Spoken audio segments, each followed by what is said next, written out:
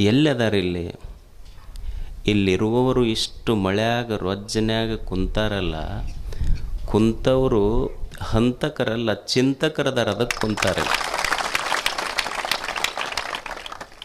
ಯಾರ ಹಿಂಗೆ ಕೆಸರಿನ್ಯಾಗ ಕೂಡಂದ್ರೆ ಕುಂತೀರಿ ನೋಡೋಣ. ಯಾರು ಚಿಂತಕರು? ಎರಡು ಕಾಲ ಕೆಟ್ಟೈತಿ ಅಂತಾರಲ್ಲ, ಕಾಲ ಕೆಟ್ಟಿಲ್ಲ. ಇಷ್ಟು ಮಳೆಯಾಗ ಕೆಸರಿನ್ಯಾಗ ನಮಗೆ ಮ್ಯಾಲೆ ಕುಂದ್ರಿಸಿದವ್ರಿಗೆ ಇನ್ನೊಂದು ಸ್ವಲ್ಪ ಎತ್ತರ ಕುರ್ಚಿ ಹಾಕಿದ್ರೆ ಸಮಾಧಾನ ಆಗ್ತೈತೆ ಅಂತೀವಿ ನಾವು. ನೀವು ಕೆಳಗೆ ಕುಂತರೂ ಎಷ್ಟು ಸಮಾಧಾನ ಕುಂತಿರಲ್ಲ, ನಿಮಗಿಂತ ದೊಡ್ಡವ್ರು ಯಾರು ಅದಾರ? ಇದೇ ಶರಣ ತತ್ವ. ಕಾಲ ಕೆಟ್ಟಿಲ್ಲ, ಕಾಲ ಚಲೋ ಐತೆ ಅನ್ನೋದಕ್ಕೆ ಇದೇ ಉದಾಹರಣೆ ಅಷ್ಟೆ. ಮತ್ತು ಇಲ್ಲಿ ಚಿಂತನೆ ಮಾಡುತ್ತಿರುವ ತಮಗೆಲ್ಲರಿಗೂ ಶರಣಾರ್ಥಿಗಳು. ಈ ಇಡೀ ಭಾರತೀಯ ತತ್ವಮೀಮಾಂಸೆ, ತತ್ವಜ್ಞಾನ, ಅಧ್ಯಾತ್ಮ ಅಂತ ನಾವೇನು ಕರಿತೇವೆ, ಭಾಳ ಜನ ಉಪನಿಷತ್ತುಗಳು ಬರೆದ್ರು, ಗೀತೆ ಬರೆದ್ರು, ವಚನಗಳು ಬರೆದ್ರು, ಅಭಂಗಗಳು ಬರೆದ್ರು. ಇಷ್ಟು ಬರೆದಾರಲ್ಲ, ನಾವು ಹಳ್ಳಿ ಜನ ಅಷ್ಟು ಓದಿ ಮುಗಿಸೋಕೆ ಏನರ ಸಾಧ್ಯ ಐತೆ ನಮಗೆ? ಅದು ಅಷ್ಟು ತಿಳ್ಕೊಳ್ಳೋಕ್ಕೆ ನಮಗೆ ಆಯುಷ್ಯ ಭಾಳ ಸಣ್ಣದು. ಮತ್ತು ನೀವು ಅನ್ಬೋದು, ಇಷ್ಟು ಪುಸ್ತಕ ಬರೆದಾರಲ್ರಿ, ಎಷ್ಟು ವಚನಗಳು ಅಷ್ಟಂತಾರ, ಪುರಾಣ ಇಷ್ಟಂತಾರ, ಗೀತೆಯ ಶ್ಲೋಕಗಳಿಷ್ಟಂತ, ಏನಾರ ಹೇಳ್ಯಾರ ಅವರು? ಇಡೀ ಭಾರತೀಯ ಸಂತರು, ದಾರ್ಶನಿಕರು ಇಷ್ಟೆಲ್ಲ ಶ್ಲೋಕ, ವಚನ, ಗೀತೆ, ಅಭಂಗ ಏನೇ ಇರಲಿ, ಅವರು ಮಾತಾಡಿದ್ದು ಮೂರ ವಿಷಯದ ಬಗ್ಗೆ. ಅವು ಎಷ್ಟರ ವಚನಗಳಿರಲಿ, ಎಷ್ಟರ ಅಭಂಗಗಳಿರಲಿ, ಎಷ್ಟರ ಶ್ಲೋಕಗಳಿರಲಿ, ಅವರು ಮಾತಾಡಿದ್ದು ಮೂರು ವಿಷಯ. ಒಂದು ದೇವ, ಇನ್ನೊಂದು ಜೀವ, ಇನ್ನೊಂದು ಜಗತ್ತು. ದೇವ, ಜೀವ, ಜಗತ್ತು, ಈ ಮೂರು ವಿಷಯ ಬಿಟ್ಟರೆ ಮತ್ತೇನೂ ಇಲ್ಲ. ಇಲ್ಲಿ ಒಂದು ಜಗತ್ತಿನ ಬಗ್ಗೆ ಹೇಳ್ಯಾರ. ಕೆಲವರು ಇದು ಜಗತ್ತು ಸತ್ಯ ಅಂದರು, ಕೆಲವರು ಇದು ಸುಳ್ಳಂದರು, ಕೆಲವರು ಅಜ್ಞಾನದೊಳಗೆ ಖರೆ, ಜ್ಞಾನ ಆದಮೇಲೆ ಸುಳ್ಳಂದರು. ಕೆಲವು ಮಂದಿ ಇದು ಖರೆ ಅಂತಲೂ ಹೇಳೋಕ್ಕಾಗಲ್ಲ, ಖರೆ ಅಂತಿನೇ ಇನ್ನೊಂದು ಸ್ವಲ್ಪ ದಿವ್ಸಕ್ಕೆ ಇರುವುದಿಲ್ಲ, ಸುಳ್ಳಂತಿನೇ ಈ ಕಣ್ಣಿಗೆ ಕಾಣ್ತೈತಿ, ಅದಕ್ಕಿದು ವಚನದಿಂದ ನಿರ್ವಚನೆ ಮಾಡಲಿಕ್ಕೆ ಬರೋದಿಲ್ಲ, ಇದಕ್ಕೆ ಅನಿರ್ವಚನೀಯ ಅಂತ ಕರೆದು ಬಿಟ್ರೆ ಜಗತ್ತಿಗೆ. ಮತ್ತು ಇಂಥ ಒಂದು ಜಗತ್ತಿಗೆ ಜೀವ ಚೈತನ್ಯವಲ್ಲದಿದ್ದರೂ ಸಹಿತ ಚೈತನ್ಯದಂತೆ ತೋರುವ ಜೀವ ಈ ಅರಿಯದೇ ಇರುವ ಜಗತ್ತಿಗೆ ಬಂದೈತಿ, ಪ್ರಯಾಣ ಮಾಡೈತಿ. ಮತ್ತು ಈ ಜಗತ್ತಿಗೆ ಬರ್ಬೇಕಾದ್ರೆ ನಾವೇನರ ಯಾರ ಗೂಗಲ್ ಅಪ್ಲಿಕೇಶನ್ ಹಾಕಿ ಬಂದಿದ್ವಿ? ನಾವು ಈ ಜಗತ್ತಿಗೆ ಬರಬೇಕಾದ್ರೆ ನಾವೇನು ಗೂಗಲ್ ಅಪ್ಲಿಕೇಶನ್ ಹಾಕಿ ಬಂದಿಲ್ಲ. ಈ ಜಗತ್ತನ್ನು ನಿರ್ಮಿಸಿದವನು ದೇವನು, ಜೀವಿಗಳನ್ನು ನಿರ್ಮಾಣ ಮಾಡಿದವನು ದೇವರು. ಆದರೆ ದೇವನ ಇಚ್ಛೆ ಏನಿತ್ತು? ಒಂದು ಜಗತ್ತನ್ನು ನಿರ್ಮಾಣ ಮಾಡಿದ, ಜೀವಿಗಳನ್ನು ನಿರ್ಮಾಣ ಮಾಡಿದ, ಈ ಜೀವ ಮತ್ತು ಜಗತ್ತನ್ನು ನಿರ್ಮಿಸಿದವನು ದೇವನು. ಇವೆರಡನ್ನು ಸಂಧಿಸಿದಾತ ದೇವನು. ಆ ದೇವನ ಇಚ್ಛೆ ಏನಿತ್ತು ಅಂದ್ರೆ, ಜೀವಿಗಳು ನಾ ಏನು ಜಗತ್ತನ್ನು ನಿರ್ಮಾಣ ಮಾಡಿನೆಲ್ಲ, ಈ ಜಗತ್ತು ಇದೊಂದು ಭೋಗದ ಸಾಮ್ರಾಜ್ಯ. ಇದು ಇಲ್ಲಿ ಬಂದು ಉಂಡು ತಿಂದು ಚಂದ ಸಂತೋಷವಾಗಿ ಬದುಕಬೇಕನ್ನುವುದು ದೇವನ ಇಚ್ಛೆ. ಇದು ಜೀವಿಗಳು ಹೆಂಗೆ ಬದುಕಬೇಕಿಲ್ಲಿ? ಜಗತ್ತು ಕೆಟ್ಟಿರಬಾರದು, ಜೀವಿಗಳು ಸಂತೋಷ ಪಡುವುದನ್ನು ಬಿಟ್ಟಿರಬಾರದು. ಹೆಂಗೆ ಬದುಕಬೇಕಿಲ್ಲಿ ಜಗತ್ತಿನಲ್ಲಿ? ದೇವರು ಏನಂತ ಕಳಿಸ್ಯಾನ, ಯಾತಕ್ಕೆ ಕಳಿಸ್ಯಾನಂದ್ರೆ, ಈಗ ನೀವು ಒಂದು ಪಾತ್ರಗಿತ್ತಿ ಅಂತೀರಿ, ನಾನು ದುಂಬಿ ಅಂತೀರಲ್ಲ, ದುಂಬಿ ಅದು ಹೂವಿನಿಂದ ಹೂವಿಗೆ ಹಾರ್ತೈತಿ. ನೀವು ಹಂಗೆ ಸುಮ್ಮನೆ ಒಂದು ಕ್ಷಣ ಗಮನಿಸ್ರಿ, ಹೂವಿನಿಂದ ಹೂವಿಗೆ ದುಂಬಿ ಹಾರ್ತೈತಲ್ಲ, ಎಷ್ಟು ಹೂವಿನ ಮ್ಯಾಲೆ ಕುಂತು ಮಕರಂದ ಹಿರೈತದ. ಯಾವುದರ ಹೂವು ಕೆಡಿಸಿ ಮಕರಂದ ಹಿರೈತೆ ಅನ್ನೋದು. ಒಂದು ದುಂಬಿ ಹೆಂಗೆ ಹೂವಿನ ಮಕರಂದ ಹಿರೈತಿ ಅಂದ್ರೆ, ಹೂವು ಕೆಟ್ಟಿಲ್ಲ, ಮಕರಂದ ಹೀರುವುದು ಬಿಟ್ಟಿಲ್ಲ. ಹಂಗೆ ಒಬ್ಬ ಜೀವಿ ಈ ಜಗತ್ತಿನಲ್ಲಿ ಹೆಂಗೆ ಬದುಕಬೇಕು ಅಂದ್ರೆ ಪ್ರಪಂಚ ಕೆಟ್ಟಿರಬಾರದು, ಪರಮಾತ್ಮನನ್ನು ಬಿಟ್ಟಿರಬಾರದು, ಹಾಗೆ ಈ ಜಗತ್ತಿನಲ್ಲಿ ಬದುಕು. ಪ್ರಪಂಚ ಕೆಟ್ಟಿರಬಾರದು, ಪರಮಾತ್ಮನನ್ನು ಬಿಟ್ಟಿರಬಾರದು. ನಾವೆಲ್ಲ ಅಂತೀವಿ, ಏನ್ರಿ ಮನುಷ್ಯನ ಬದುಕಿನ ಉದ್ದೇಶ ಏನು? ಬಹಳ ಮಂದಿ ಕೇಳ್ತಿರ್ತಾರೆ, ಇದು ಬದುಕಿನ ಉದ್ದೇಶ ಏನು? ಬಂದರೆ ಏನು ಮಾಡೋದು ಜಗತ್ತಿನೊಳಗೆ? ಅಲ್ಲ, ಏನು ಮಾಡಲಿಕ್ಕೆ ಸಾಧ್ಯ ಐತೆ ಹೇಳು ಮನುಷ್ಯನಿಂದ? ಏನು ಮನುಷ್ಯ ಹಿಮಾಲಯದ ಬೆಟ್ಟಗಳನ್ನು ನಿರ್ಮಿಸಬಲ್ಲನೆ? ಏನು ಭೀಮಾ ನದಿಯನ್ನು ನಿರ್ಮಿಸಬಲ್ಲನೆ? ಭೂಮಿಯನ್ನು ನಿರ್ಮಿಸಬಲ್ಲನೆ? ಆಕಾಶ ಸೂರ್ಯನನ್ನು ನಿರ್ಮಿಸಬಲ್ಲನೆ? ಏನು ಮಾಡಲಿಕ್ಕೆ ಸಾಧ್ಯ ಐತಿ ಮನುಷ್ಯ? ಬದುಕಿನ ಉದ್ದೇಶ ಏನು ಅಂದ್ರೆ, ಪರ್ಪಸ್ ಆಫ್ ದಿಸ್ ಲೈಫ್, ಬದುಕಿನ ಉದ್ದೇಶ, ನೀ ಇಲ್ಲಿ ಬಂದು ಏನೋ ನೀರು ತಯಾರು ಮಾಡಬೇಕಾಗಿಲ್ಲ, ಮಣ್ಣು ತಯಾರು ಮಾಡಬೇಕಾಗಿಲ್ಲ, ಬೆಳಕು ತಯಾರು ಮಾಡಬೇಕಾಗಿಲ್ಲ, ಏನೂ ಮಾಡಬೇಕಾಗಿಲ್ಲ, ದೇವರೆಲ್ಲ ಮಾಡಿಟ್ಟಾನಿಲ್ಲ. ನೀ ಬಂದು ಉದ್ದೇಶ ಏನು ಅಂದ್ರೆ, ದೇವ್ರು ಏನು ಮಾಡಿಟ್ಟನಲ್ಲ ಅದನ್ನು ಕೆಡಿಸಲಾರ್ದಂಗೆ ಬದುಕಿ ಹೋಗಿಬಿಡು, ಇದೇ ಜೀವನದ ಉದ್ದೇಶ. ಅವ ಏನು ಮಾಡಿಟ್ಟಾನ ಅದನ್ನು ಕೆಡಿಸಲಾರ್ದಂಗೆ ಬದುಕಷ್ಟೆ, ಇದು ಜೀವನದ ಉದ್ದೇಶ. ಜೀವನ, ಈ ಜಗತ್ತು, ಇದರ ಸಂಬಂಧ, ಇಲ್ಲಿ ಜೀವ ಜಗತ್ತಿನಲ್ಲಿ ಬಂದ ಮೇಲೆ ಒಂದು ಸುಂದರವಾದ ಜೀವನವನ್ನು ಕಟ್ಟಿಕೊಂಡು ಜೀವನದ ಯಾತ್ರೆ ಮುಗಿಸಬೇಕಲ್ಲ, ಹೇಗೆ ಬದುಕಬೇಕನ್ನೋದೇ ಚಿಂತನೆ.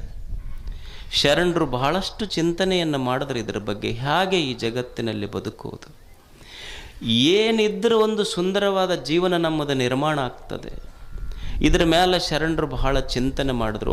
ಒಬ್ಬ ಹೆಣ್ಮಗಳು 12ನೆಯ ಶತಮಾನದಲ್ಲಿ ಮುಕ್ತಾಯಕ್ಕ ಅಂತ ಹೆಸರು, ಆಕೆ ಹೆಸರು ಅಷ್ಟು ಚಂದ, ಮುಕ್ತಾಯಕ್ಕ. ಆಕೆ ಈ ಭೂಮಿಯ ಮೇಲೆ ಮನುಷ್ಯ ಒಂದು ಸುಂದರ ಜೀವನ ಕಟ್ಕೋಬೇಕಾದ್ರೆ ಏನಿರಬೇಕು ಅಂತ ಹೇಳ್ತಾಳಕ್ಕೆ. 3 ವಿಷಯಗಳನ್ನು ಮನುಷ್ಯ ತಿಳ್ಕೊಂಡಿರಬೇಕಿಲ್ಲ. ಮನುಷ್ಯನಿಗೆ ಏನಿರಬೇಕು? ಒಂದು ಸುಂದರವಾದ ಜೀವನ ಈ ಭೂಮಿ ಮೇಲೆ ನಮ್ಮದು ಇರಬೇಕಾದ್ರೆ ಆನಂದ ಇರಬೇಕು ಮನುಷ್ಯ. ಮೊದಲನೇದ್ದು ಆನಂದ, 2ನೇದ್ದು ಐಶ್ವರ್ಯ, 3ನೇದ್ದು ಅರಿವು. ಆನಂದ ಇರಬೇಕು ಮೊದಲ. ಜೀವನ ನಮ್ಮದು ಸುಂದರ ಆಗಬೇಕಾಗಿತ್ತಂದ್ರೆ ಆನಂದವಾಗಿರ್ಬೇಕು ನಾವು ಮೊದಲು. ಆನಂದ ಬಿಟ್ಟರೆ ಏನಿದೆ ಜಗತ್ತಿನೊಳಗೆ ಹೇಳಿ? ನಾವೆಲ್ಲ ಮಕ್ಕಳಿಗೆ ದೊಡ್ಡ ದೊಡ್ಡ ಬಿಸ್ನೆಸ್ ಸ್ಕೂಲಿಗೆ ಕಳಿಸ್ತೀವಿ. ಬಿ ಸ್ಕೂಲ್ ಅಂತಾರೆ, ನೀವು ಕೇಳಿರಲಿಲ್ಲ, ಬಿಸ್ನೆಸ್ ಮ್ಯಾನೇಜ್ಮೆಂಟ್. ಮಕ್ಕಳಿಗೆ ಎದಕ್ಕೆ ಕಳಿಸ್ತೀವಿ? ಡಾಕ್ಟರ್ ಮಾಡೀವಿ, ಇಂಜಿನಿಯರ್ ಮಾಡೀವಿ. ಎದಕ್ಕೆ ಮಾಡೀವಿ ಅಂದ್ರೆ ಒಟ್ಟ ರೊಕ್ಕ ಗಳಿಸ್ಬೇಕು. ಒಬ್ಬ ತತ್ವಜ್ಞಾನಿ ಒಂದು ಚಲೋ ಮಾತು ಹೇಳ್ತಾನೆ, don't teach your children to be rich, teach your children to be healthy and happy. ನಿನ್ನ ಮಕ್ಕಳಿಗೆ ಸಂಪತ್ತು ಹೆಂಗೆ ಗಳಿಸ್ಬೇಕಂತ ಕಲಿಸಬೇಡ, ಮೊದಲು ಅವರು ಸಂತೋಷವಾಗಿ ಹೆಂಗಿರ್ಬೇಕು ಅನ್ನೋದು ಮೊದಲು ಕಲಿಸ್ಲಿ.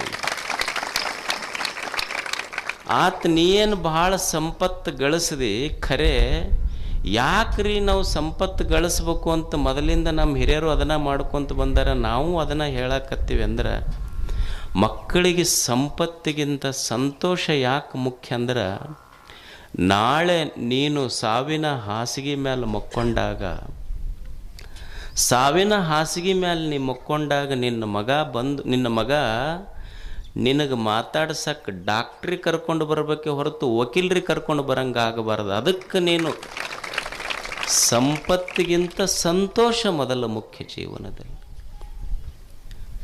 ಏನು ಎದ್ದು ಕೂಡಲೇ ಮುಖ ಗಂಟು ಹಾಕ್ಕೊಂಡು ಕುಂತಾರೆ ಹೆಂಗಪ್ಪ? ಮತ್ತು ಸಂತರು ಅಂತ ಯಾರಿಗೆ ಕರಿಬೇಕು? ಈ ಸಿದ್ದೇಶ್ವರ ಅಪ್ಪಗಳಿದ್ರು, ಅವ್ರ ಹತ್ರ ಏನು ಸಂಪತ್ತಿತ್ತೇನು? ಬರೀ ಕಿಶಾ ಸಹಿತ ಇರಲಿಲ್ಲ, ಬಕ್ಕಣಿರಲಿಲ್ಲ ಅವ್ರ ಹತ್ರ. ಮತ್ತು ಅವರಿಗೆ ಎಷ್ಟು ದೊಡ್ಡ ಸಂತರು, ಶತಮಾನದ ಸಂತರು ಅಂತ ಕರೆದ್ರಲ್ಲಿ ಏನಿತ್ತಂತ ಸಂತರು ಅಂತ ಕರೆದ್ರು. ಯಾರಿಗೆ ಸಂತರು ಅನ್ನಬೇಕಂದ್ರೆ ಎಲ್ಲೋ ಹಿಮಾಲಯದಲ್ಲಿ ಕುಂತವ್ರಲ್ಲ, ಊಟ ಬಿಟ್ಟವರಲ್ಲ. ಸಂತರು ಅಂತ ಯಾರಿಗೆ ಅನ್ಬೇಕಂದ್ರೆ ಯಾರು ಸದಾ ಸಂತೋಷವಾಗಿದಾರ ಅವರೇ ಸಂತರಷ್ಟೆ. ಸಂತುಷ್ಟ ಸತತಂ ಯೋಗಿನಾಂ, ಸಂತೋಷವಾಗಿರೋರು ಸಂತರಷ್ಟೆ. ಏನು ಎದ್ದು ಕೂಡಲೇ ಮುಖ ಗಂಟು ಹಾಕ್ಕೊಂಡು ಕುಂತು ಹಣಿಗೆ ಕೈ ಹಚ್ಕೊಂಡು ಕುಂತು ಹೊತ್ತು ಹೊಂಟು ಕೂಡ್ಲೇ ದೇವ್ರ ಕಣ್ಣು ತೆಗಿಬಾರದು ನೋಡ್ರಿ ನಮಗೆ ಅಂತಾರೆ. ಒಟ್ಟ ಕಣ್ಣು ತೆಗಿಬಾರದು ನೋಡ್ರಿ. ಅಲ್ಲ, ತೆಗಿ ಅಂತ ಯಾರಂದ್ರೆ ಮುಚ್ಚಿಬಿಡ್ಬೇಕಾಗಿತ್ತು. ಯಾರು ತೆಗಿ ಅಂದಾರಪ್ಪ. ಮತ್ತು ಇನ್ನೊಂದು ಸ್ವಲ್ಪ ಜನ ಇರ್ತಾರೆ, ಕರ್ಕೊಂಡು ಬಿಡ್ಬೇಕು ನೋಡ್ರಿ ದೇವ್ರು ನಮಗೆ. ಅಲ್ಲ, ನೀ ಬೇಕಂದ್ರೆ ಹೋಗ್ಬೇಕು, ಅವ ಯಾಕೆ ಕರ್ಕೋಬೇಕು ಹೇಳಿ? ಅಂದ್ರೆ ನಮಗೆ ಗ್ಯಾರಂಟಿ ಐತಿ. ಅಂದ ಕೂಡಲೇ ಅವ ಕರ್ಕೊಳ್ಳೋದಿಲ್ಲ ಅನ್ನೋ ಗ್ಯಾರಂಟಿ ಮೇಲೆ ಕರ್ಕೊಂತೀವಿ. ಅಕಸ್ಮಾತ್ ಅದು ಗ್ಯಾರಂಟಿದು ವಾರಂಟಿ ಮುಗಿದಿತ್ತಂದ್ರೆ ನಾವು ಯಾರು ಅಂತಿದ್ದಿಲ್ಲ.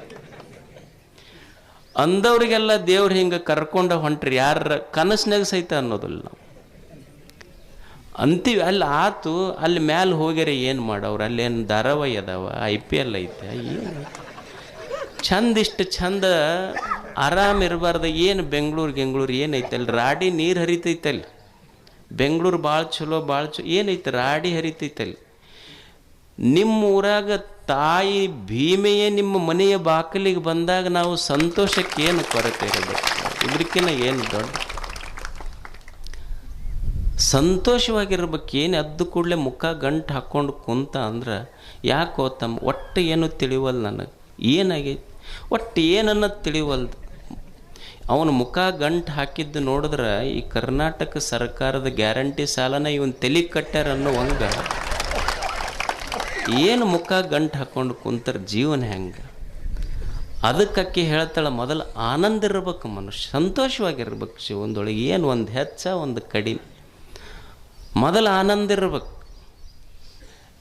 ಆಯ್ತು, ಆನಂದ ಇರ್ಬೇಕಂದ್ರೆ ನಮ್ಮದು ಫಸ್ಟ್ ಬೇಕಾಗಿ ಆಯ್ತು ರೀ, ಆನಂದ ಇರ್ಬೇಕಂತೀವಿ. ಮೊದಲು ಬೇಕಲ್ಲ, ಸರ್ವೇ ಗುಣಾಃ ಕಾಂಚನಮಾಶ್ರಯ, ಸಂಪತ್ತು ಬೇಕು ಮನುಷ್ಯ.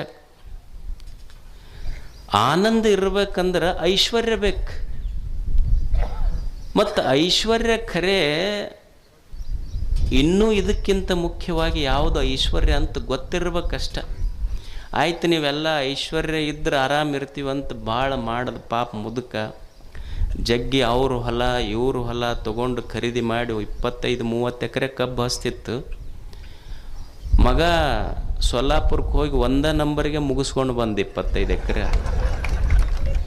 ಅಲ್ಲ, ಸಂಪತ್ತಿತ್ತು, ಅದು ಯಾವುದು ಖರೆ ಸಂಪತ್ತು ಅಂತ ಗೊತ್ತಿರಲಿಲ್ಲ ಅದಕ್ಕೆ.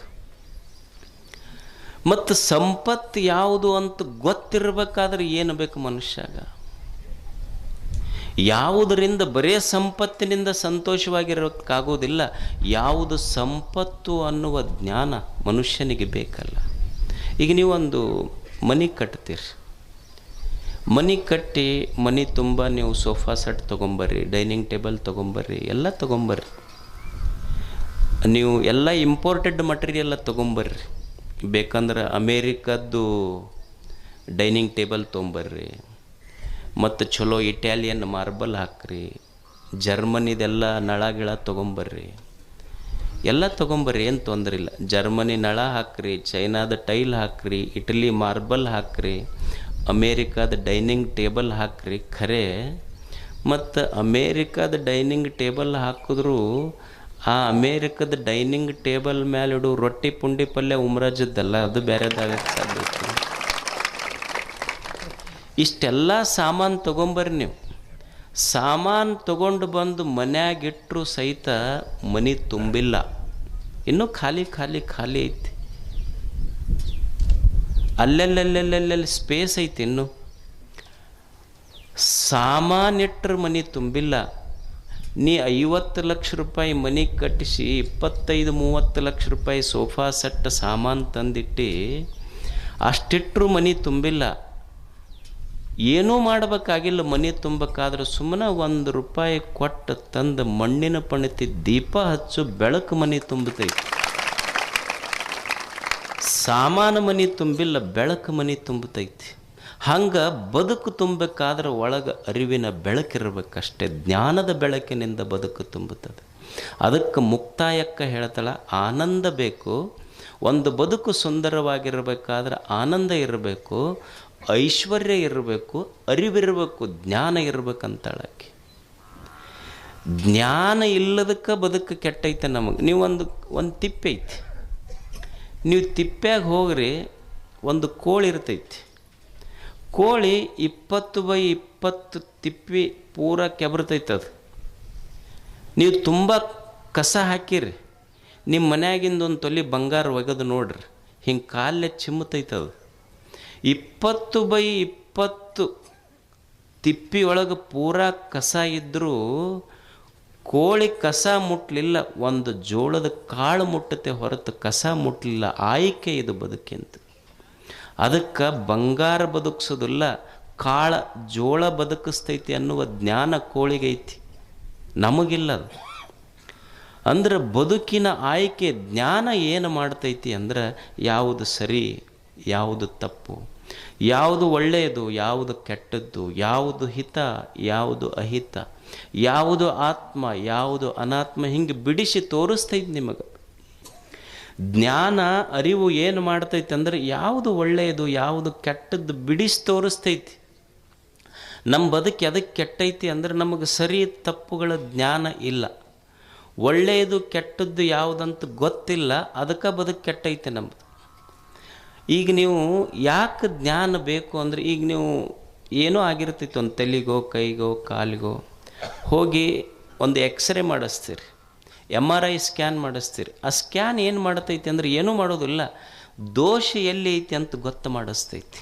ಹಂಗೆ ಅರಿವು ಜ್ಞಾನ ಇದು ಏನು ಮಾಡ್ತೈತಿ ಅಂದ್ರೆ ಸ್ಕ್ಯಾನ್ ಮಾಡ್ತೈತಿ, ನಾವೆಲ್ಲಿ ತಪ್ಪು ಮಾಡಾಕತ್ತೀವಿ ಅನ್ನುವ ದೋಷ ತೋರಿಸಿಕೊಡ್ತೈತಿ. ಇಟ್ ಈಸ್ ಸ್ಕ್ಯಾನ್ ಸೆಂಟರ್, ಒಂಥರ ಸ್ಕ್ಯಾನ್ ಮಾಡ್ತೈತಿ.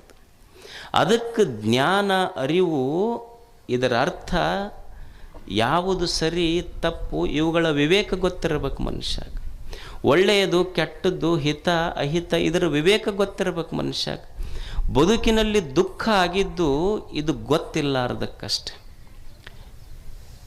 ನೀವು ಹೆಂಗೆ ಹೇಳ್ತೀರಿ ನೀವು ಗೊತ್ತಿಲ್ಲಂತ? ನಮಗೆ ಎಲ್ಲ ವ್ಯವಹಾರ ಮಾಡ್ತೀವಲ್ಲ ನಾವು, ನಮಗೇನು ಅಷ್ಟು ಗೊತ್ತಿಲ್ಲ ಸರಿ ಯಾವುದು ತಪ್ಪು ಯಾವುದು ಅಂತ ಗೊತ್ತಿಲ್ಲ ನಮಗೆ.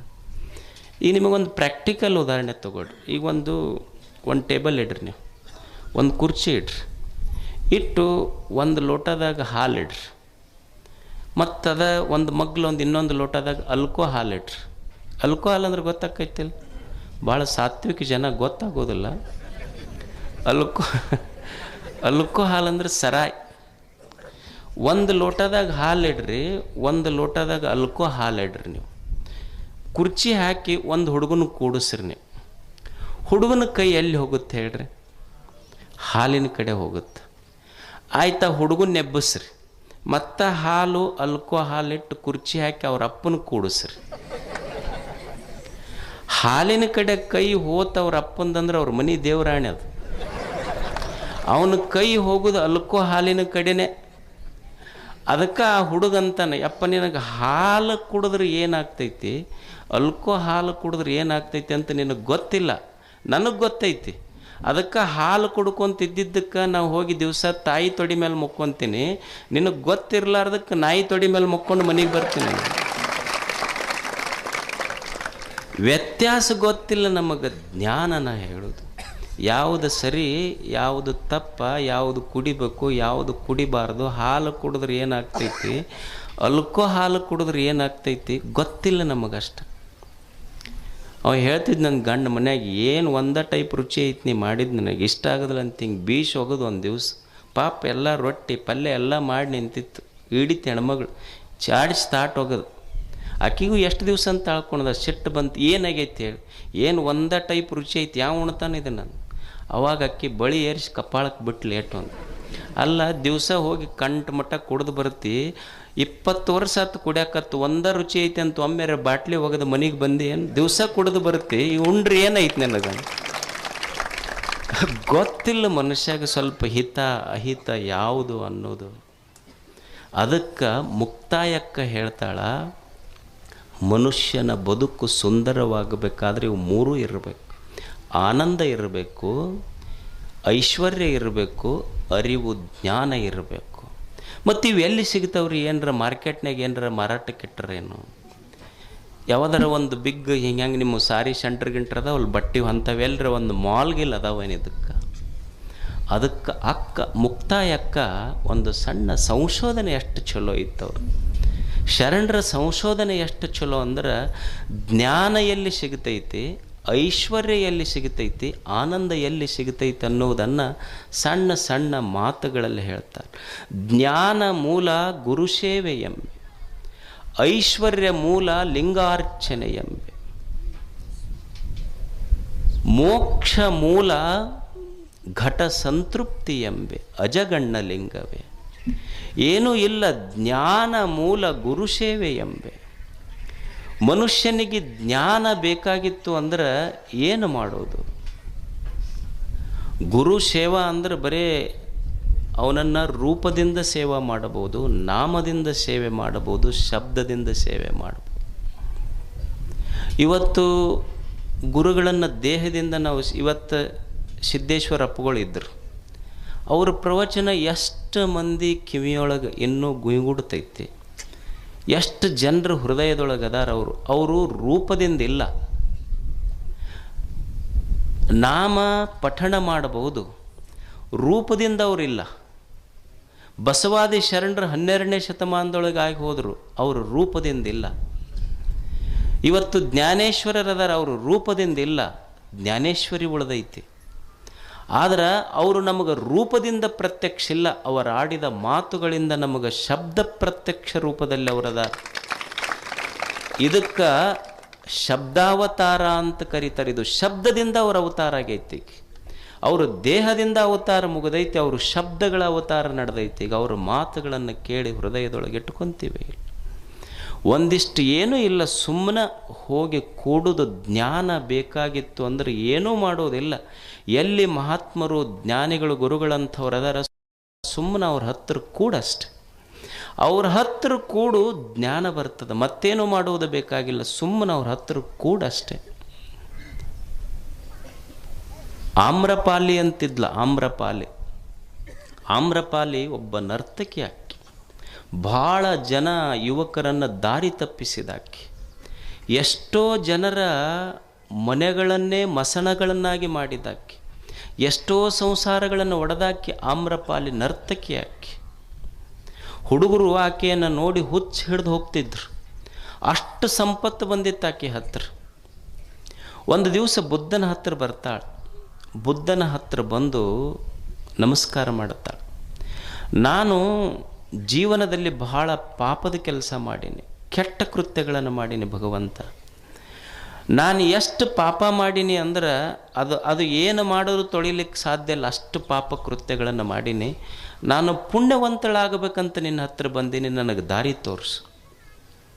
ಬುದ್ಧ ಅಂತಾನ, ನೀ ಏನೂ ಮಾಡೋದು ಬೇಡ, ಪ್ರವಚನ ನಡೆದಿರ್ತೈತಿಲ್ಲ, ಸುಮ್ಮ ಕೂಡಿಲ್ಲ. ಅವಾಗ ಆಮ್ರಪಾಲಿ ಅಂತಾಳ ನರ್ತಕಿ, ಅಲ್ಲ ಗುರುಗಳೇ, ನಾನು ಪಾಪಿ, ನಾನು ಏನಾದರೂ ದಾರಿ ತೋರಿಸ್ರಿ, ಪೂಜಾ ಪುನಸ್ಕಾರ ಹೇಳ್ರಿ ಅಂತ ನಾ ಬಂದೀನಿ. ನೀವಂತೀರಲ್ಲ ಸುಮ್ಮನೆ ಕುಂದ್ರಂತೀರಲ್ಲ, ಸುಮ್ಮನೆ ಕುಂತ್ರೆ ನಾ ಮಾಡಿದ ಪಾಪ ಬೆಟ್ಟದಷ್ಟಿದೆ. ಸುಮ್ಮನೆ ಕುಂತ್ರೆ ಹೆಂಗೆ ತಿಳಿಯಾದೀತದು ಪಾಪ. ಅವಾಗ ಬುದ್ಧ ಅಂತಾನೆ, ಏನೂ ಮಾಡೋದು ಬೇಡ, ಸುಮ್ಮ ಎಲ್ಲಿ ಗುರುಗಳೆರಡು ಮಾತು ಹೇಳಕ್ಕೆ ಸುಮ್ಮ ಕೂಡಲ್ಲಿ. ಆಮ್ರಪಾಲಿ ಅಂತಾಳೆ, ಹೆಂಗೆ ಪಾಪ ಹೋಗ್ತೈತಿ, ಸುಮ್ಮನೆ ಕುಂತ್ರೆ ಹೋಗ್ತೈತೇನು? ಬುದ್ಧ ಅಂತಾನೆ, ಒಂದು ಕೆರೆ ಐತಿ ನೋಡಿ, ಕೆರೆ ನೀರ ಎಮ್ಮೆ ಅದು ಅಡ್ಡಾಡಿ ಗೊಡಗಾಗ್ಯಾವ ಅದ್ರಾಗ. ಆ ಕೆರೆ ನೀರು ತಿಳಿ ಆಗಬೇಕಾದ್ರೆ ಏನು ಮಾಡಬೇಕು? ತಿಳಿ ಆಗಬೇಕಾದ್ರೆ ಏನು ಮಾಡ್ಬೇಕು? ಏನೂ ಮಾಡೋದು ಬೇಡ, ನೀ ಏನಾರ ಮಾಡಿದ್ರೆ ಮತ್ತಿಷ್ಟು ಗೊಡಗಾಗ್ತೈತಿ. ಅದಕ್ಕೆ ಬುದ್ಧ ಅಂತಾನ, ಕೆರೆ ನೀರು ತಿಳಿ ಆಗಬೇಕಾಗಿದ್ರೆ ನೀ ಏನೂ ಮಾಡಬೇಕಾಗಿಲ್ಲ, ಸುಮ್ಮ ಕೂಡು, ತಾನ ತಿಳಿ ಆಗ್ತೈತಿ. ಅದು ಅಷ್ಟೇ, ಸುಮ್ಮ ಕುಂದ್ರ ಅಷ್ಟೇ. ಸುಮ್ಮನೆ ಕುಂತ್ರ ಗೊಡಗ ನೀರು ತಿಳಿ ಆಗ್ತೈತಿ. ಗುರುವಿನ ಸಾನ್ನಿಧ್ಯದಲ್ಲಿ ಬಂದು ಸುಮ್ಮನೆ ಕುಂತ್ರ ಮನಸ್ಸು ತಿಳಿ ಆಗ್ತೈತಿ. ಇದು ಜ್ಞಾನ. ಏನೂ ಮಾಡಬೇಕಾಗಿಲ್ಲ. ಯಾರು ದೊಡ್ಡವರದಾರ, ಜ್ಞಾನಿಗಳದಾರ, ಅವ್ರ ಹತ್ರ ಸ್ವಲ್ಪ ಸುಮ್ಮ ಕೂಡಷ್ಟೇ ಬಂದು. ಅವರು ಎರಡು ಮಾತು ನೆನಪುಳಿದ್ರೆ ಸಾಕು ಜೀವನದೊಳಗೆ. ಅವ್ರ ಮಾತು ಅಷ್ಟು ಹಿತ ಕೊಡ್ತೈತಿ. ಈಗ ನೀವು ಮನೆಗೆ RCC ಹಾಕ್ತೀರಿ. RCC ಹಾಕಬೇಕಾದ್ರೆ ನೀವು ಜಿಂದಾಲ್ ಎಲ್ಲ ಚಲೋ ಸ್ಟ್ರಕ್ಚರಲ್ ಇಂಜಿನಿಯರ್ ಪ್ಲ್ಯಾನ್ ಮಾಡಿರ್ತಾನೆ ನಿಮ್ಮ ಮನೆದು. ಜಿಂದಾಲ್ ಕಬ್ಬಣ ತಂದಿರಿ, ACC ಸಿಮೆಂಟ್ ತಂದಿರಿ, ಸ್ಟ್ರಕ್ಚರಲ್ ಇಂಜಿನಿಯರ್ ಪ್ಲ್ಯಾನ್ ಮಾಡಿ RCC ಹಾಕಿರಿ. RCC ಎಲ್ಲ ಹಾಕಿರಿ, ಖರೆ ಹಂಗೆ ಬಿಟ್ರಿ ಅಂದ್ರೆ ಏನಾಗ್ತೈತಿ ಅಂದ್ರೆ ಕ್ರ್ಯಾಕ್ ಬರ್ತೈತೆ ಅದು RCC. ನೀವು ಸ್ಟ್ರಕ್ಚರಲ್ ಇಂಜಿನಿಯರ್ ಚಲೋ ಪುಣಾದಾಗ ಓದ್ದವ್, ಬೆಂಗಳೂರಾಗ ಓದ್ದವನ ಕಡೆಯಿಂದ ಸ್ಟ್ರಕ್ಚರಲ್ ಡಿಸೈನ್ ಮಾಡಿಸಿರಿ. ACC ಸಿಮೆಂಟ್ ತಂದಿರಿ, ಜಿಂದಾಲ್ ಕಬ್ಬಣ ತಂದು ಪ್ಲ್ಯಾನ್ ಮಾಡಿ RCC ಹಾಕಿರಿ. ಅದು ಹಂಗೆ ಬಿಟ್ರಿ ಅಂದ್ರೆ ಕ್ರ್ಯಾಕ್ ಬರ್ತೈತಿ. ಏನು ಮಾಡ್ಬೇಕಂದ್ರೆ ಕ್ಯೂರಿಂಗ್ ಮಾಡ್ಬೇಕು ಅದಕ್ಕೆ, ಹೌದಲ್ಲ? ಕ್ಯೂರಿಂಗಿಗೆ ನೀರಿಗೇನು ರೊಕ್ಕ ಇಲ್ಲ, ಆದರೂ ನೀರು ಹಾಕಿ ಕ್ಯೂರಿಂಗ್ ಮಾಡದೆ ಇದ್ರೆ RCC ಕ್ರ್ಯಾಕ್ ಬರ್ತೈತಿ. ಹಂಗೆ ಸಂತರ ಶರಣರ ಮಾತಿನ ಕ್ಯೂರಿಂಗ್ ಇರಲಿಲ್ಲ ಅಂದ್ರೆ ಸಂಸಾರ ಕ್ರ್ಯಾಕ್ ಬರ್ತೈತಿ. ಅಷ್ಟ ಕ್ರ್ಯಾಕ್ ಬರಬಾರ್ದಂದ್ರೆ, ಸಂಸಾರ ಕ್ರ್ಯಾಕ್ ಬರಬಾರ್ದಂದ್ರೆ ಕ್ಯೂರಿಂಗ್ ಮಾಡ್ಕೊತಿರ್ಬೇಕು. ಇದಕ್ಕಷ್ಟ ಅದಕ್ಕೆ ಯಾರ ಹೇಳಿ, ಸಣ್ಣವರ ಹೇಳಿ ದೊಡ್ಡವರ ಹೇಳಿ ಎರಡು ಚಲೋ ಮಾತು ಹೇಳ್ತಾರಂದ್ರೆ ಕೇಳಷ್ಟೇ. ಜ್ಞಾನ ಎಲ್ಲಿ ಸಿಗತೈತಿ ಅಂದ್ರೆ ಗುರುಗಳ ಹತ್ರ ಸಿಗತೈತಿ. ನನಗೆ ಒಂದು ಮಾತು ನೆನಪು ಉಳಿದ್ರೆ ಸಾಕಷ್ಟೆ. ಈಗ ನೀವು ಒಂದು ಗಿಡ ಐತಿ, ಗಿಡದಾಗ ಕಾಗಿ ಕುಂತಿರ್ತಾವೆ. ಕಾಗಿ ಒಂದು 100 ಕಾಗಿ ಕುಂತಾವಂದ್ರೆ ನೀವು 100 ಕಾಗಿ ಎಬ್ಬಿಸ್ಬೇಕಾದ್ರೆ 100 ಕಲ್ಲು ಒಗಿಬೇಕಾಗಿಲ್ಲ. ಒಂದು ಕಲ್ಲು ಒಗದ್ರೆ ಗಿಡದಾಗ ಕುಂತ 100 ಕಾಗಿ ಹೆಂಗೆ ಹಾರಿ ಹೋಗ್ತಾವ, ಹಂಗೆ ನಿನ್ನ ಮನಸ್ಸಿನೊಳಗೆ ಚಿಂತೆಗಳೆಂಬ 100 ಕಾಗೆಗಳು ಕುಂತಿರಲಿ. ದೊಡ್ಡವರ ಶರಣರ ಮಾತಿನ ಒಂದು ಕಲ್ಲು ಸಾಗಿದ್ರೆ ಸಾಕು, 100 ಚಿಂತೆಗಳೆಂಬ ಕಾಗೆಗಳು ಹೋಗ್ತವೆ ಅಷ್ಟೆ. ಸುಮ್ಮನೆ ಒಂದು ಮಾತು ನೆನಪಿಡೋದು. ಅವ್ರು ಏನು ಹೇಳಿರ್ತಾರೆ ಒಂದು ಮಾತು ನೆನಪಿಟ್ಟುಕೊಂಡ್ರೆ ಸಾಕು. ಅದಕ್ಕೆ ಜ್ಞಾನ ಬರಬೇಕಾಗಿದ್ದರೆ ಸೂಪರ್ ಮಾರ್ಕೆಟಿಗೆ ಹೋಗೋದಲ್ಲ, ಜ್ಞಾನ ಮೂಲ ಗುರು ಸೇವೆ ಎಂಬೆ ಅವನ ಹತ್ರ ಇರೋ ಅಷ್ಟೆ. ಗುರು ಅಂದ್ರೆ ಯಾರು ದೊಡ್ಡವರು, ಗುರು ಅಂದ್ರೆ ಇಷ್ಟೇ, ಯಾರು ಮೈ ಹೊಲಸು ಮಾಡಿಕೊಂಡಿಲ್ಲ, ಯಾರ ಕೈ ಹೊಲಸು ಮಾಡಿಕೊಂಡಿಲ್ಲ, ಯಾರ ಮನಸ್ಸು ಹೊಲಸು ಮಾಡಿಕೊಂಡಿಲ್ಲ ಅವರ ಗುರುಗಳಷ್ಟೇ. ಗುರುಗಳಂದ್ರೆ ಮತ್ತೇನಲ್ಲ, ಮೈ ಕೈ ಮನಸ್ಸು ಯಾರು ಹೊಲಸು ಮಾಡಿಕೊಂಡಿಲ್ಲ ಅವ್ರ ಗುರುಗಳು. ಅಂಥವ್ರ ಮಾತು ನೆನಪಿಡು, ಜ್ಞಾನ ಬರ್ತೈತೆ ಬದುಕೆಂದು. ಜ್ಞಾನ ಮೂಲ ಗುರು ಸೇವೆ ಎಂಬೆ, ಐಶ್ವರ್ಯ ಮೂಲ ಲಿಂಗಾರ್ಚನೆ ಎಂಬೆ. ನಾವಂತ ಹಿಂಗೆ ಐಶ್ವರ್ಯ ಬರಬೇಕಾದ್ರೆ ಪೂಜಾ ಮಾಡ್ಬೇಕಂತಳಕ್ಕೆ. ಮತ್ತು ನಾವು ಎಷ್ಟು ಪೂಜೆ ಮಾಡೀವ್ರಿ, ಏನು ಅದ್ರ ಸಲುವಾಗೇ ಮಾಡೀವಿ ನಾವೆಲ್ಲ. ಗುಡಿಗೆ ಹೋಗಿದ್ದು ಅದಕ್ಕೆ, ವಾಸ್ತು ಕೇಳಿದ್ದು ಅದಕ್ಕೆ, ಏನು ಮನೆ ಕಟ್ಟಿಸಿದ್ವಿ ಎಲ್ಲ ಚಲೋ ಚಲೋ ಮನೆ ಎಲ್ಲ ಒಡೆದು ಎದಕ್ಕೆ ಸಂಪತ್ತು ಬರ್ಬೇಕಂತ. ಏನು 100 ಎಕರೆ ಕಟ್ಟಿಸಿವಿ, 50 ಎಕರೆ ಕಬ್ಬು ಹಚ್ಚಾನ. ಆದರೂ ಬಂದು ಏನಂತಾನೆ ಮಠಕ್ಕೆ ಬಂದು ಒಟ್ಟು ಹಿಂಗೆ ಕಾಣ್ತೈತಪ್ಪ, ಕಣ್ಣಿಗೆ ಕಾಣ್ತೈತಿ, ಕೈಗೆ ಬರೋದು. ಮತ್ತು ಹೋಗಿ ನಂಬರ್ ಹಚ್ಚಿದ್ರೆ ಅವ್ರ ಕೈಯಾಗ ಹೋಗ್ತೈತಿ, ನಿನ್ನ ಕೈಯಾಗ ಹೆಂಗೆ ಬರ್ತೈತೆ? ಕಣ್ಣಿಗೆ ಕಾಣ್ತೈತಿ, ಕೈಗೆ ಬರೋದು. ಅಲ್ಲ, ನಮ್ಮ ಸಂಪತ್ತಿಗಾಗೆ ಮಾಡಿವೆಲ್ಲ ನಾವು, ಎಲ್ಲನೂ ಮಾಡಿದ್ದು. ಜ್ಞಾನಿಗಳಂತಾರೆ ಯಾವುದಕ್ಕೆ ಸಂಪತ್ತು ಅನ್ನಬೇಕು. ಸಂಪತ್ತು ಅಂತ ಯಾವುದಕ್ಕೆ ಅನ್ನಬೇಕು ಅಂದ್ರೆ, ಯಾವುದು ನಿನಗೆ ಆಪತ್ತು ತರೋದಿಲ್ಲ ಅದು ಸಂಪತ್ತು. ನಮ್ಮ ಸಂಪತ್ತು ನಮಗೆಲ್ಲ ಆಪತ್ತು ತಂದೈತಿ. ಈಗ ನೀವು ನೋಡೋಣ, ಒಂದು ಬಂಗಾರ ಹಾಕ್ಕೊಂಡು ಒಂದು ತೊಲೆ ಹಾಕ್ಕೊಂಡು ಹಿಂಗೆ ರಾತ್ರಿ ನೀವು ಹೋಗಿ ಬರ್ರಿ, ಬಂಗಾರ ತೊಗೊಂತಾರೆ, ತಲೆನ ತೆಗಿತಾರೆ. ನಮಗೆ ಆಪತ್ತು ತಂತಂದ್ರೆ ಅದು ಹೆಂಗೆ ಸಂಪತ್ತಾಗುತ್ತೆ? ಯಾವುದು ನನಗೆ ಆಪತ್ತು ತಂದಿಲ್ಲೋ ಅದು ಸಂಪತ್ತು. ಅದಕ್ಕಿ ಮುಕ್ತಾಯಕ್ಕಂತಾಳ ಐಶ್ವರ್ಯ ಮೂಲ ಲಿಂಗಾರ್ಚನೆ ಎಂಬೆ.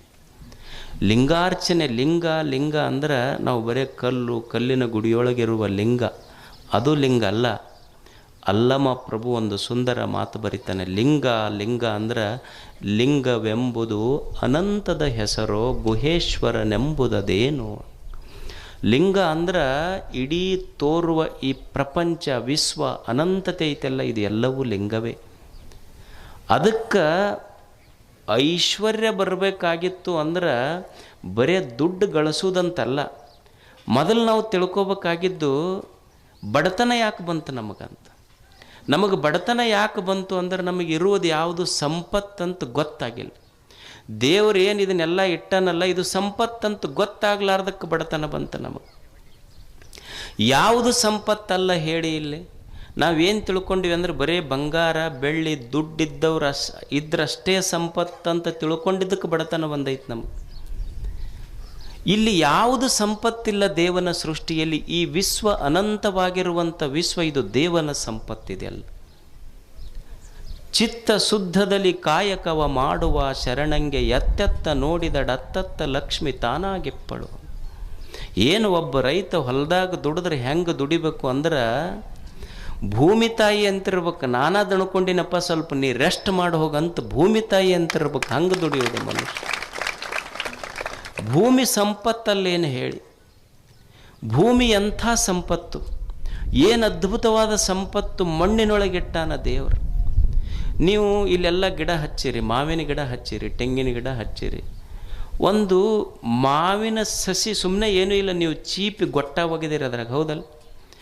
ಚೀಪಿ ಗೊಟ್ಟ ಒಗೆದಿರಿ ಅಲ್ಲೇನೂ ಇಲ್ಲ, ಬರೇ ಮಣ್ಣದು.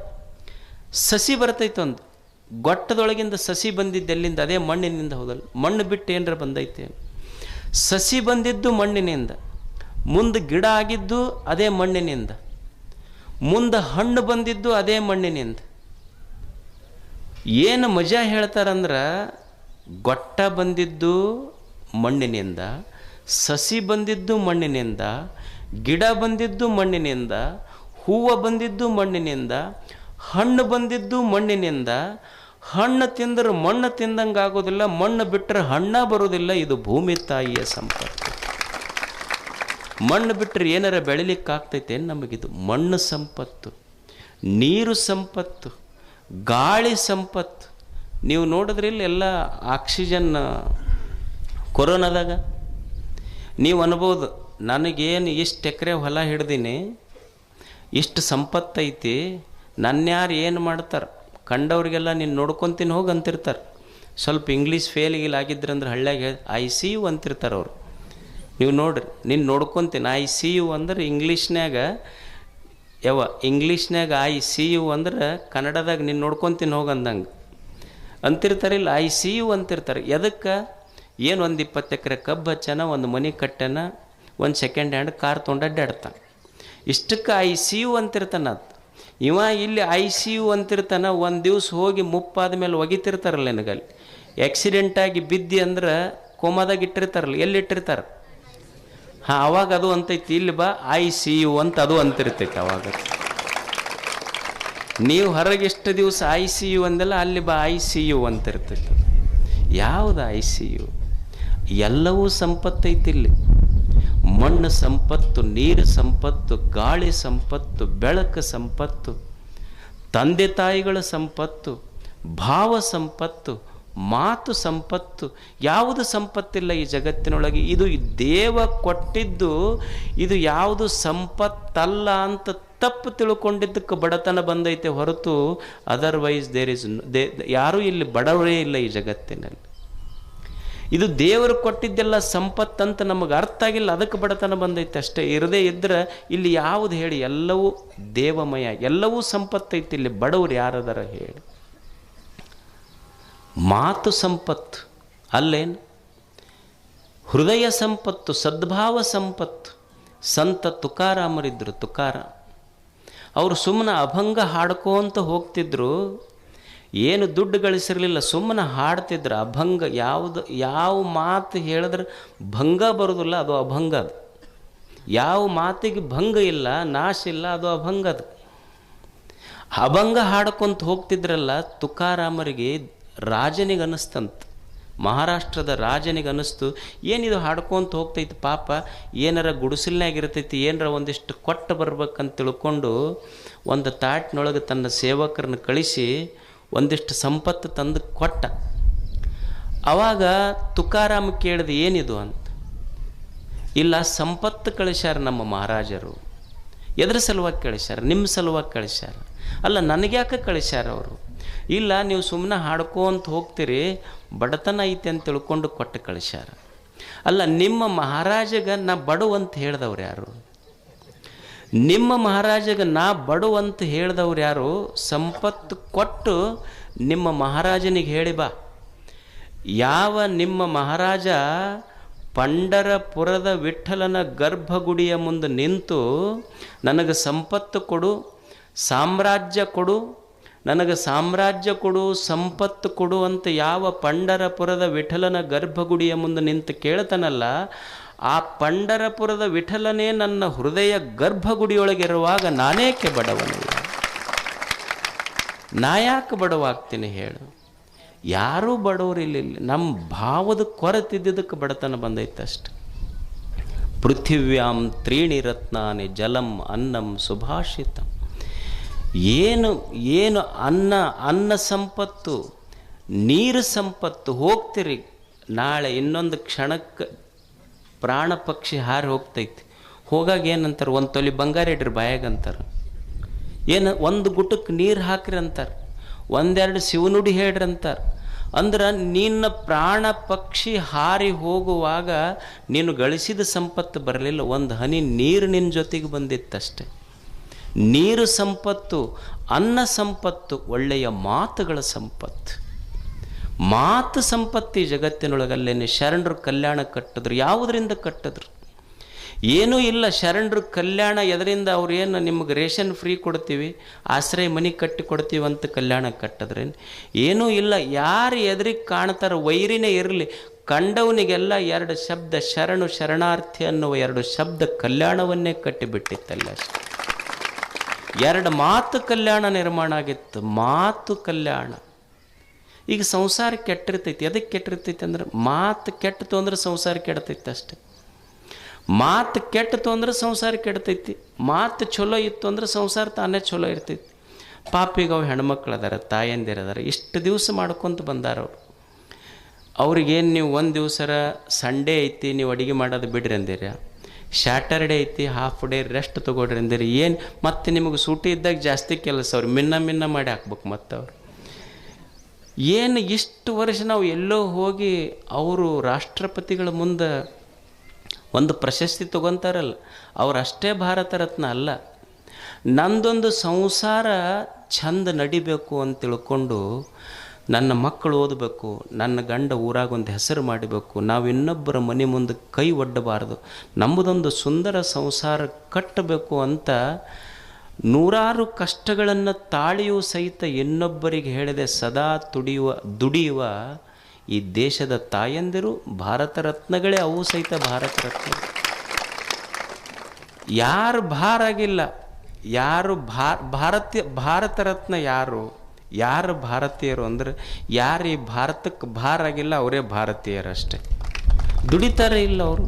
ಪಾಪ ಅವು ಇಷ್ಟು ದುಡಿತಾವಲ್ಲ, ಒಮ್ಮೆ ಅನ್ಬೇಕು ನೀವು, ನಿಮಗೆ ಎದಕ್ಕೆ ಸಿಟ್ಟು ಬರ್ತೈತಿ ಗಂಡು ಮಕ್ಕಳಿಗೆ ಅಂದ್ರೆ, ಒಟ್ಟ ಇಷ್ಟು ದುಡಿತೀವಿ ನೋಡ್ರಿ ಹಂಗೆ ಅನ್ನೋದಿಲ್ಲ. ಇನ್ನೂ ಒಂದು ಚಂದ, ಅದು ದುಡ್ದಂಗೆ ದುಡಿತೀವಿ.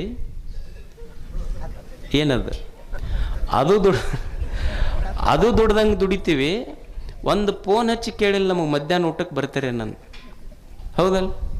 ಅಲ್ಲ ಪಾಪ ಆಕಿ ಹೆಣ್ಮಗಳು ಇಷ್ಟು ವರ್ಷ ದುಡ್ಯಾಕತ್ತಾಳೆ, ನೀವು ಒಮ್ಮೆರೆ ಹಚ್ಚಿ ನಾ ಬರೋದು ಲೇಟ್ ಆಕೈತಿ, ನೀವು ಉಂಡಿಲ್ಲ ಅಂತ ನೀ ಕೇಳ್ಬೇಕು ನೋಡೋಣ.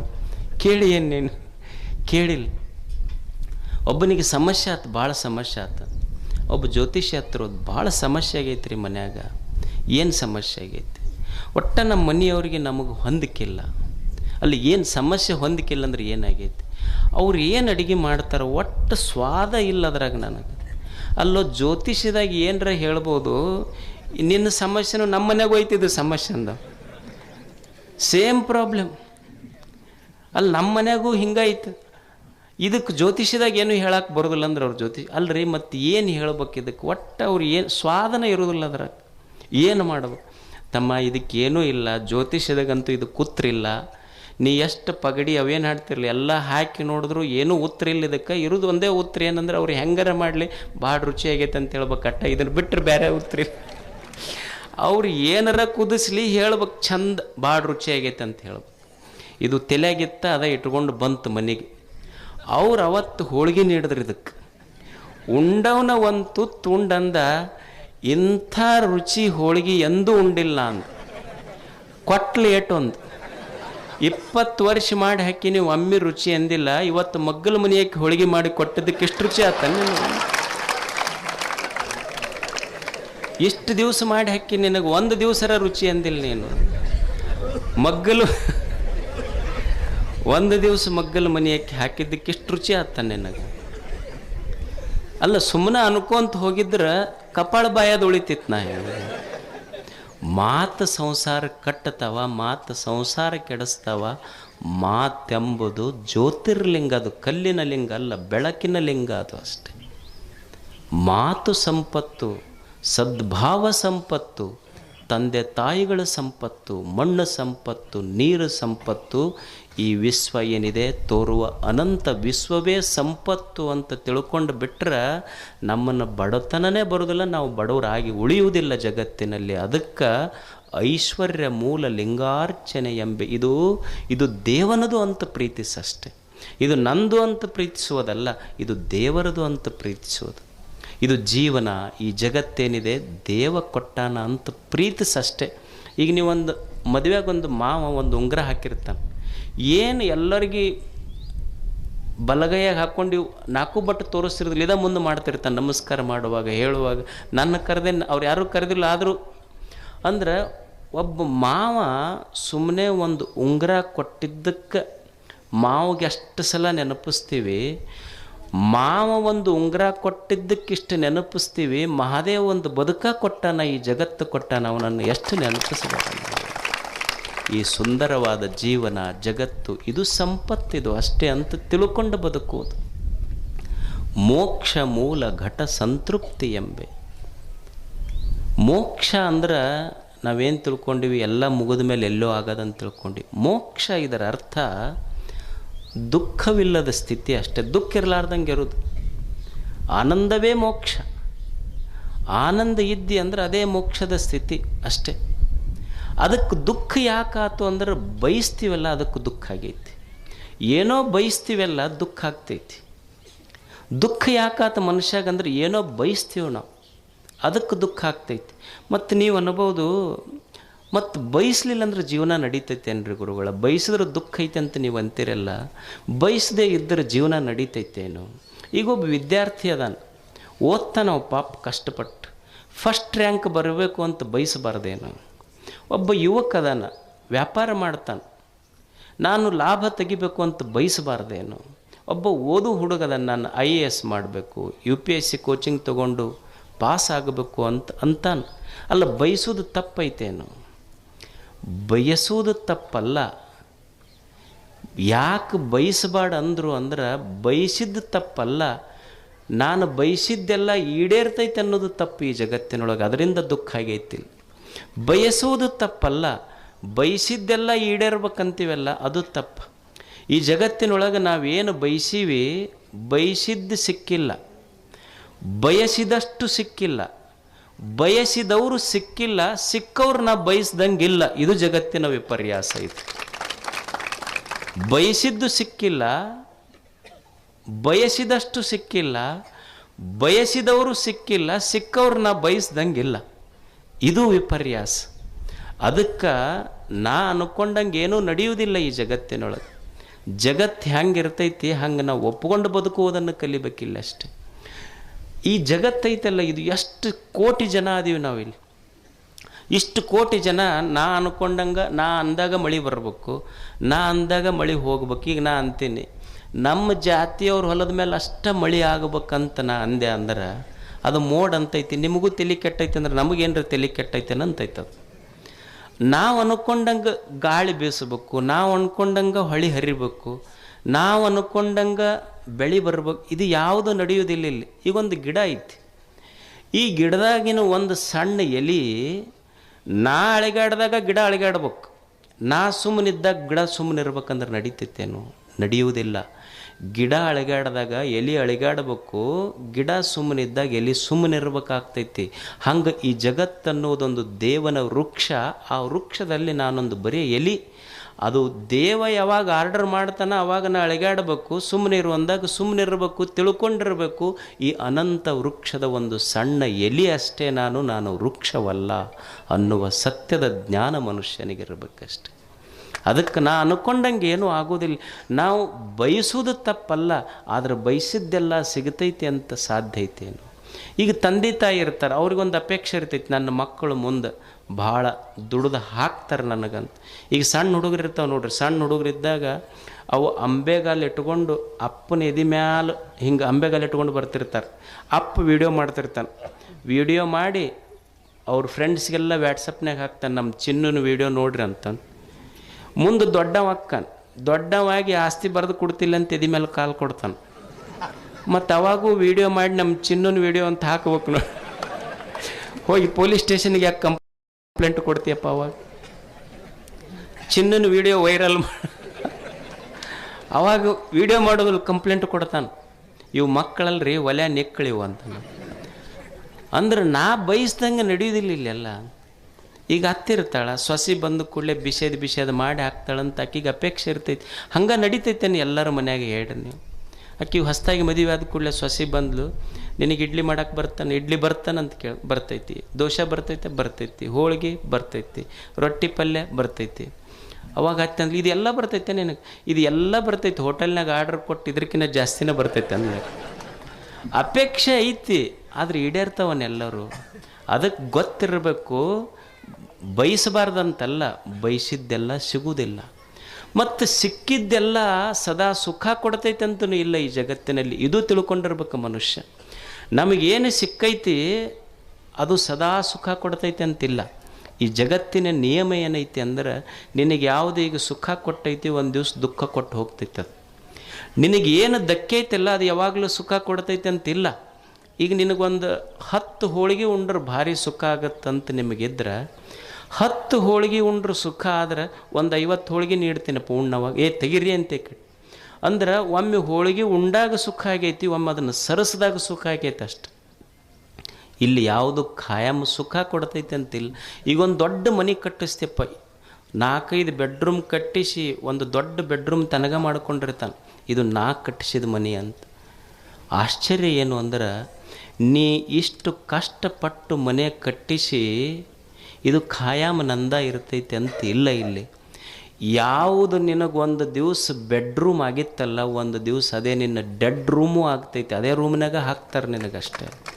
ಯಾವುದು ಉಳಿಯುವುದಿಲ್ಲ ಈ ಜಗತ್ತಿನಲ್ಲಿ. ಅದಕ್ಕೆ ತಿಳ್ಕೊಂಡಿರಬೇಕು, ನನಗೆ ಇಲ್ಲಿ ನಾ ಬಯಸಿದ್ದು ಸಿಗೋದಿಲ್ಲ, ಸಿಕ್ಕಿದ್ದ ಖಾಯಂ ಸುಖ ಕೊಡೋದಿಲ್ಲ. ಅದಕ್ಕೆ ದೇವರು ಏನು ನನ್ನ ಪಾತ್ರೆಯೊಳಗೆ ಹಾಕ್ಯಾನ ಅದನ್ನು ಉಂಡು ಸಂತೋಷವಾಗಿರೋದಷ್ಟೆ. ಈ ಜಗತ್ತಿನಲ್ಲಿ ಕಲಿಯುವುದೇನು ಅಂದ್ರೆ, ದೇವ್ರು ಏನು ನನ್ನ ಉಡ್ಯಾಗ ಹಾಕ್ಯಾನ, ಇನ್ನೊಬ್ಬರ ತಾಟಿನಾಗ ಏನೈತಿ ಅದನ್ನು ನೋಡಿ ಆಶೆ ಪಡುವುದಲ್ಲ. ನನ್ನ ತಾಟಿನೊಳಗೆ ಏನು ಹಾಕ್ಯಾನ ಉಂಡು ಸಂತೋಷ ಪಡುವುದೇ ಮುಕ್ತ ಜೀವನ. ಇದು ಜೀವನ್ಮುಕ್ತ ಅವಸ್ಥೆ ಅಂತ ಕರೀತಾರೆ.